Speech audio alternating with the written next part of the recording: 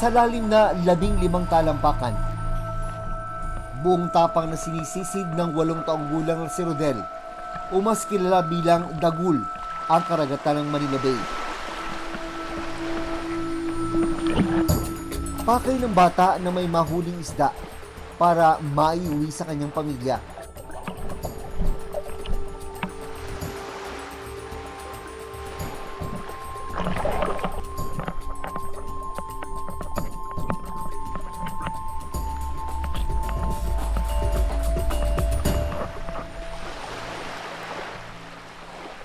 Kwentuhan mo, bakit ka sumasama sa lolo mo, sa pagpapalaot? Para may pagkain po kami.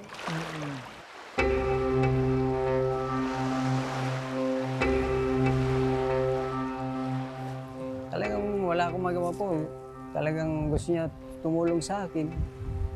Iiyak na lang ako dahil siguro nakikita niya yung sistema ng hanap buhay ko. Nahihirapan ako. Kaya parang matured ng isip niya. Pero sa ilang pagkakataon, nalalagay sila sa panganib habang nasa laot. Lulubog na tayo. Lulubog na.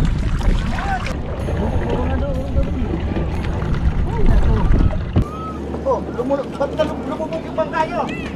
Tagas. Tagas. Tay, ano nangyayari? Tagas masyado. Lumubog yung bangka?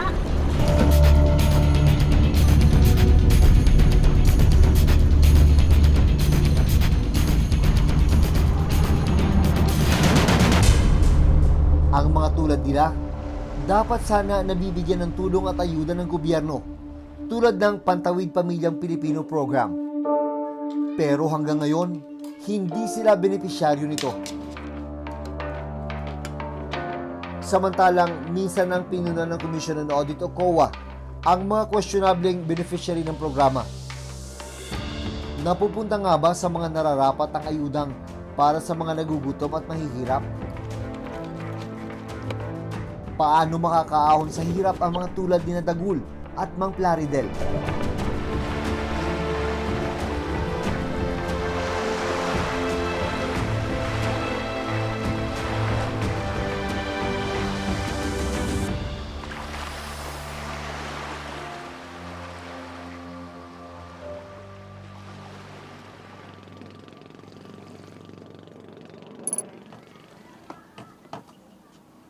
Sa Baseco Compound, maagang naghanda ang 55 taong gulang na si Mang Plaridel ng kanyang lambat na gagamitin sa pangingisda. Minsan kung ano sumabit, hipon, alimasag, klase-klase ng isda, kabasi, talilong, malakapas, kung ano po sumabit sa lambat niya. Makikitang butas-butas na ang ilang bahagi ng lambat. Ngayon nga po may butas na talagang kailangan talaga mapalitan na siya. Pero kaya pa naman yan makahuli tayo. Makakahuli pa po kung may talaga may isda.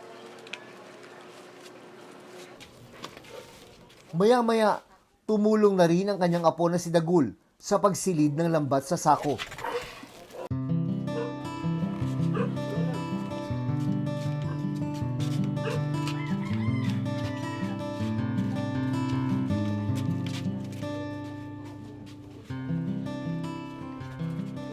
Pagdating sa Pampang, inayos sina Dagul at Mang Plaridel ang kanilang maliit na bangka.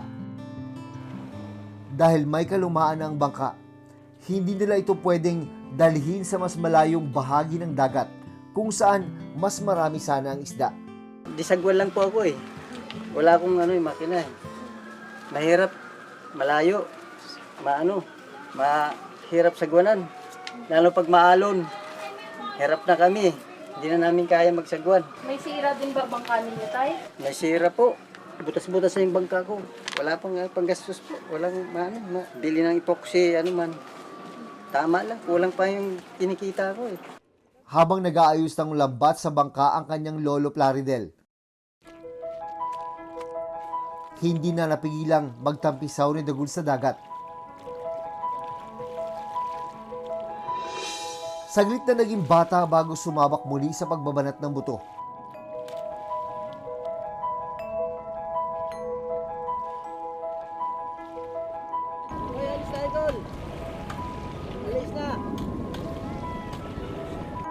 Makalipas ang ilang minuto, umahon na si Dagul. Sa kabila ng maliit at manipis na pangangatawan,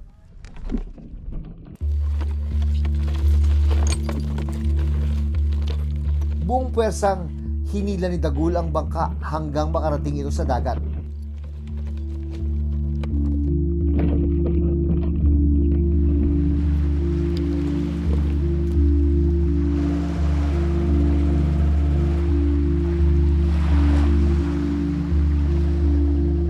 Nang maayos na ni Dagul ang lambat,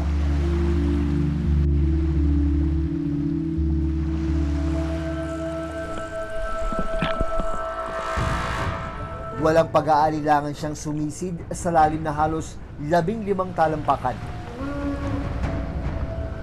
Wala siyang suot na kahit anong proteksyon o diving gears. Saglit siyang lulubog, saka muling aahon.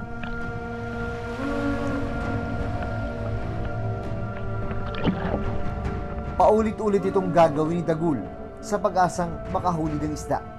Siya talagang may gusto. Kasi parang nakamulatan na niya, maliit pa siya, parang nakikita na niya kung na ganito ang ano ko, hanap buhay. Ito, si Lolo, baka walang katulong. Paglaki ko, tulungan ko siya. Yun. Ayun ang siguro nasa isip niya. Si ibang bata, walang ganun. Siya lang. Na ano ko, na porsigido siya para sa akin, para sa pamilya.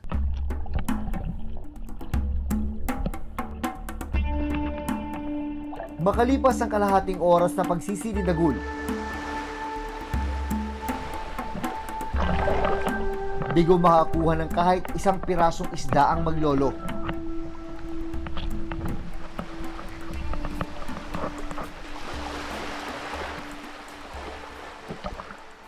Kaya sinubukan nilang lumipat ng pwesto. Pero hindi pa man nakakalayo, may biglang nangyari.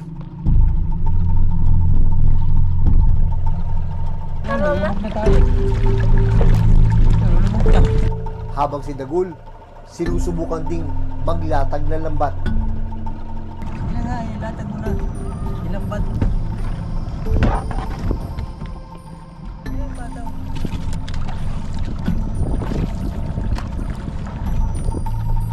Unti-unting pinasok ng tubig ang kanilang bangka.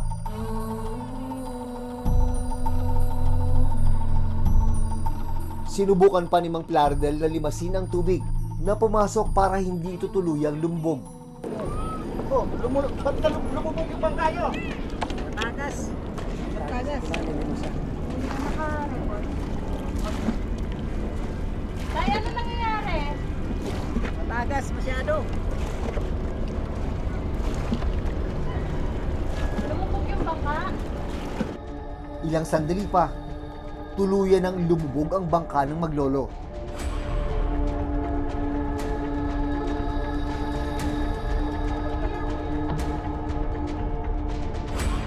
Pilit nilang sinagip ang bangka.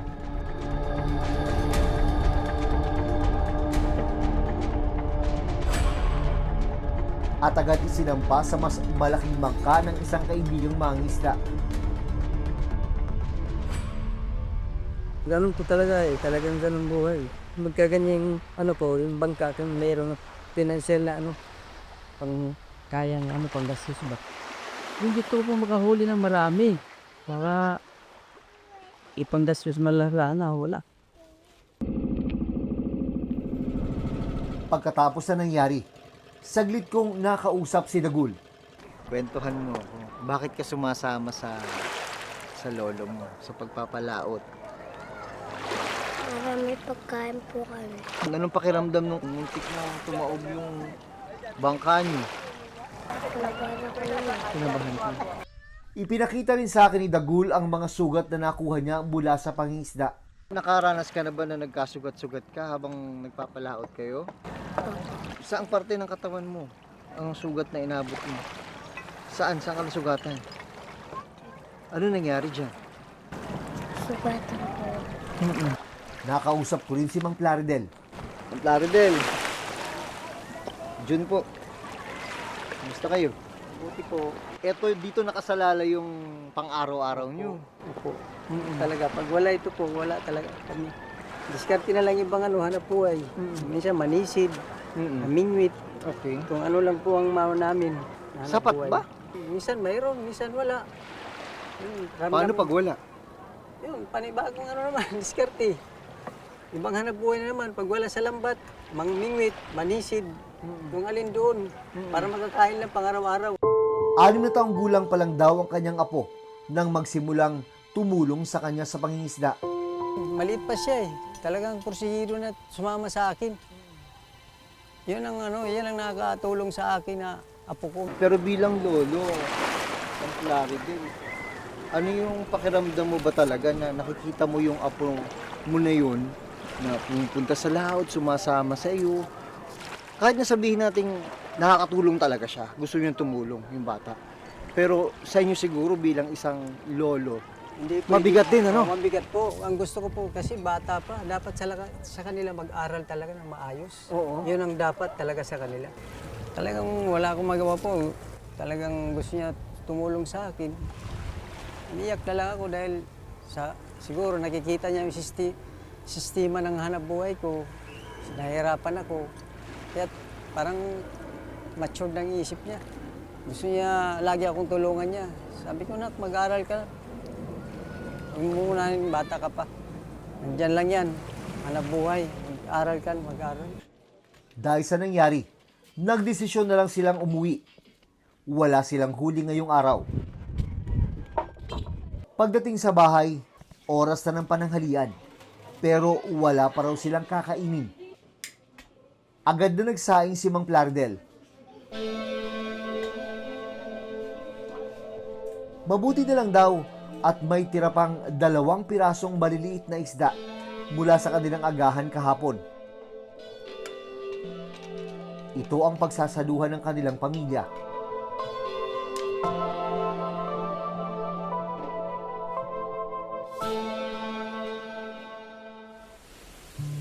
Kapag hindi masama ang panahon at kapag walang habagat, ganito kakalmado itong bahagi ng Manila Bay na nakaharap sa Baseco Compound.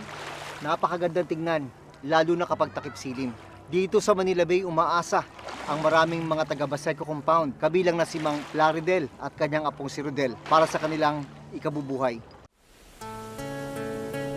Pagsapit ng hapon, binalikan ni Mang Plaridel ang nasirang bangka para i-repair ang butas-butas na bahagi nito.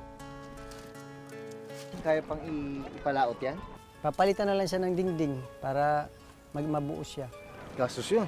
Magastos nga po. Hindi ba delikado kung ganito nakadami yung sira? Papalaot mo pa? Kailangan natin na ma-survive yung pamilya eh.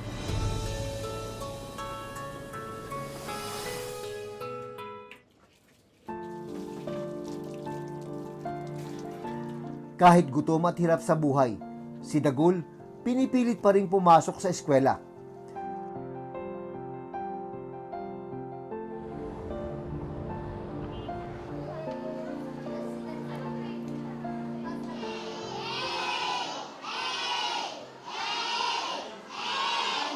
Nasa grade 1 na siya ngayon. Bahay! Very good! Okay? Kwento ng kanyang guro na si Teacher Maribel. Nanghihinayang daw siya sa mga pagkakataong kailangang lumiban ng bata dahil walang laman ng tiyan. Lalo pat nakikitaan niya ito ng galing sa eskwela. Agad-agad siyang nakakasagot. Nag-assessment ako ng numeracy. Ang galing niya mag-plus. Kahit malalaking mga numero, kayang-kaya niya. Sa minus din, kayang-kaya niya sa subtraction. Kaya sabi ko, kailangan lang talaga nito araw-araw pumasok. Sa kabila ng kahirapan, hindi nawawala ng pag-asa si Dagul na makatapos sa pag-aaral. Ano ba ang pangarap mo? Sundalo. Gusto mo maging sundalo. Sinasabi ng lolo mo, lagi niyang binibilin sa'yo, wag mo daw kalimutang mag-aral dahil dyan nakasalalay yung kinabukasan mo. Para sa kanyang ina na si Mary Ann, sinasaway naman daw nila si Dagul na sumama sa pangingisda. Pero gusto raw talaga nito na makatulong sa kanyang lolo. Hindi ko naman po sila inudyukan na gano'n na mag-ano sila na, uy, tulungan mo kaming ganito, ganyan. Hindi po. Sa sarili lang nila? Opo. Pagkukusa na lang po. Nakita nila? Opo. habang kausap ko si Mary Ann. Dito ko mas nalaman ang matinding pinagdaraanan ng pamilya. Ilan bang anak mo? Sa pangalawang asawa ko po kasi 6. Yung sa una, 2 po yun yung nasa ibang lugar. Sa Samar po. So, walo na lahat ang anak mo. Sa ngayon, si Dagul at ang 7 taong gulang na anak na si Dayan lang ang kasama ni Mary Ann. 2 sa kanyang mga anak ang nasa Samar at pansamantalang kinukup-kup muna ng kanilang kaanak. Isa ang namatay noong taong 2020 dahil sa hindi natukoy na sakit. Habang ang 3 pa niyang anak nasa pangangalaga ng Department of Social Welfare and Development o DSWD matapos lumubag sa curfew nito lang Marso. Hindi man namin mapuntahan dahil wala kaming sapat na pamasahe. Tiniis na lang po namin na maging ganitong buhay. Kahit lungkot, hirap. Silang kako. Kailan kaya natin kukuha yung mga bata na yan. Kung tutuusin, malaking bagay sana para sa mga kagaya nila Dagul at Mang Plaridel ang ilang programa ng pamahalaan gaya na lang ng Pantawid Pamilya Pilipino Program o 4Ps. Pero ang problema, hindi raw sila benepisyaryo nito. Minsan ang pinuna ng Commission on Audit na mahigit 60% ng mga tumatanggap ng 4Ps mula taong 2020 hanggang 2022 ay hindi nakalista sa tinatawag na Listahan 2 o ang official database ng DSWD kung saan makikita ang listahan ng mga pinakamahihirap na pamilya sa bansa na dapat pinakaunang makatanggap ng tulong mula sa gobyerno. Sabi pa ng COA, sa 3 taong yon, tinatayang humigit kumulang 147 million pesos ang kabuuang naibigay sa mga benepisyaryong hindi naman kasama sa listahan. Sinasabi nila na na-evaluate, pero kahit may ganung evaluation, hindi pa rin talaga 100% no na ano yan no na sila dapat yung makikinabang. Yung mga unintended consequence din siya ulit. Nagiging daluyan siya ng corruption. Kailangan talaga ng mas performance oriented din na approach no ng pagtingin sa kanilang pagiging 4Ps na beneficiary. Tugon naman ng DSWD. Ang naging rekomendasyon ng Commission on Audit ay hanapin itong mga pamilya na ito. So hinanap ito ng DSWD at nakita nga po doon na sila ay kabilang sa mga mahihirap na pamilya. So nasatisfy natin yung naging rekomendasyon po ng Commission on Audit. At pagsisiguro na lahat ng kwalipikadong benepisyaryo ng 4Ps ay maisasama sa susunod na updated na listahan. Wala po tayong palakasan system. Ang DSWD works closely with the local social welfare officers sa pag-assess doon sa kanila pong mga nasasakupan because we wanted to make sure na yun lamang pong mga mahihirap at talagang lubos na nangangailangan ang mapabilang sa programang ito. Kasi po, nung time po na yun, yung nanay ko na po yung naka-member doon. Hindi na po ako makakapag-ano pa para sa amin. It's possible. Kung halimbawa yung lolo at lola ang i-maintain natin as household head or household grantees para sa kanya pong mga apo, pwedeng ipagpatuloy yan. And then the other family will be enrolled sa Walang Gutom program or any other programs of the department. Tinulungan din ng lokal na pamahalaan ng Maynila ang 2 anak ni Mary Ann na sina Dagul at Dayan. Sumailalim sila sa isang check-up para naman malaman ang kalusugan ng mga bata. Ito raw ang unang beses na mapapacheck up ang mga bata. Nang matignan ng isang pediatrician si Dagul, napag-alamang malnourished ang 2 magkapatid. Kailangan nating i-address pareho yung nutrition, pati yung mga risk factor nila na makakuha ng mga sakit gaya ng TB kasi makaka-apekto yun sa development nila. Hindi lang physical na yung height, yung timbang, pero pati yung development ng utak, tsaka nung ibang mga parte ng katawan nila. Pinayuhan din ng doktor na kailangan ng tumigil ni Dagul sa pangingisda. Una, yung safety ng bata kasi most likely wala silang mga proper na gears na sinusuot, yung injury, no? So, kagaya po sa kanya, meron tayong nakitang sugat. Maraming risk yung trabaho po na sinasamahan niya. Ayon naman sa pag-aaral ng Social Weather Stations o SWS, Marso nito lang taon, nasa 27.2% ng mga pamilyang Pilipino o mahigit 7 milyong pamilya ang nakararanas ng gutom. Bumaba naman ito mula sa 16.1% o mahigit 4.2 milyong pamilya noong July at muling tumaas sa 22% o katumbas ng 5.7 milyong pamilya nito lang September.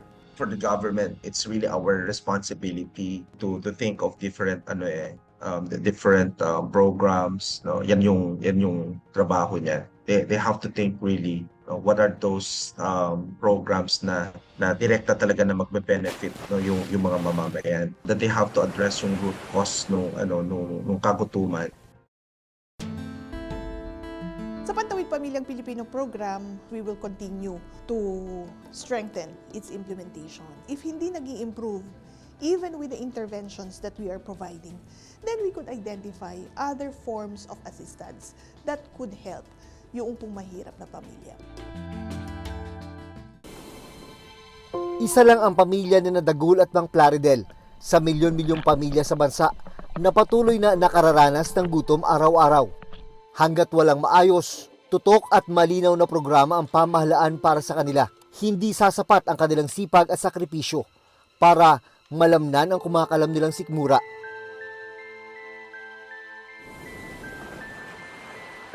Hanggang sa susunod na Sabado, ako si Jun Veneracion at ito ang Reporter's Notebook.